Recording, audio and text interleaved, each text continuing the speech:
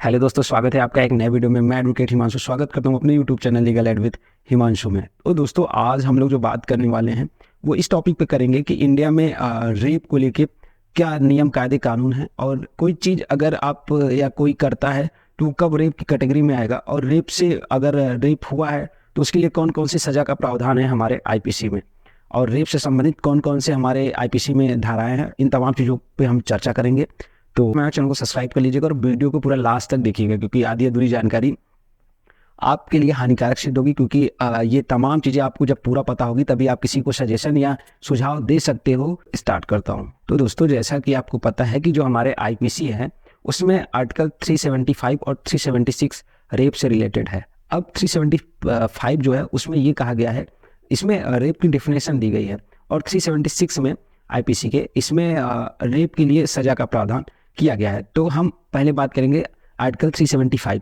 Article 375 में साफ साफ लिखा गया है कि जो रेप है वो महिलाओं के खिलाफ होता है, मतलब पुरुषों का रेप नहीं हो सकता। मतलब जहाँ पे जेंडर न्यूट्रल होना चाहिए था, लेकिन यहाँ पे महिलाओं के लिए सिर्फ रेप की बात की गई है। आई होप इसको चेंज करके इसको न्यूट्रल जेंडर करना चाहिए, और पुरुषों के खिलाफ भी रेप के केसेस दर्ज होने चाहिए। और अगर हम माने लॉ कमीशन की रिपोर्ट में भी ऐसा ही सुझाव सरकार को दिया गया था।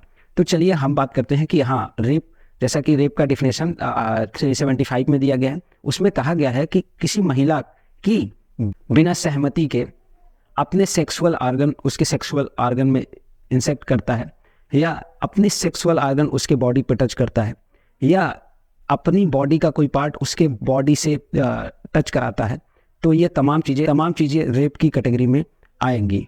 अब एक चीज़, सबसे बड़ी चीज़ कहने में ये है कि एक्सेप्शन हो चाहे जो हो, आप इसको याद रखिएगा कि रेप का जो अगर केस है, ठीक, अगर रेप की बात करूं तो सहमति एक वर्ड आती है कि जब आप किसी से साथ अपना सेक्सुअल एक्टिविटी करते हैं तो उसका सहमति होना चाहिए महिला का। बट इसमें एक डिफिनेशन में ये भी कहा गया है कि अगर महिला ने सहमति किसी चीज़ के लिए की है और आपने उससे ज़्यादा चीज़ के लिए कर दिया, सेक्सुअल एक्टिविटी के दौरान आपने कुछ ज़्यादा चीज़ें कर दी, तो वो भी रेप की कैटेगरी में आएगी। मतलब मैं एग्जांपल लूँ, अगर किसका कंसर्न है दोनों के बीच में, एक पुरुष और एक महिला के बीच में, लेकिन किस से आगे चीज़ें अगर हो जाती है तो वो भी रेप की केस में इंक्लूड किया जाएगा, और ये हमारे आईपीसी 375 में ये साफ साफ कहा गया है। अब बात करते हैं आर्टिकल 376 की। तो दोस्तों, आर्टिकल 376 में ये साफ साफ कहा गया है कि अगर कोई रेप करता है तो उसके लिए 7 साल की सज़ा दी जाएगी, वो भी कठोर कारावास की सज़ा। पर ये जैसे रेप जैसे घिनौने क्राइम के लिए कम मुझे भी लगता है।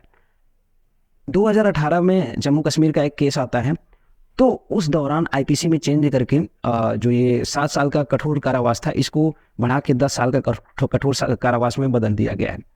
तो ये सारी स्थिति है अभी इंडिया में रेप को लेके।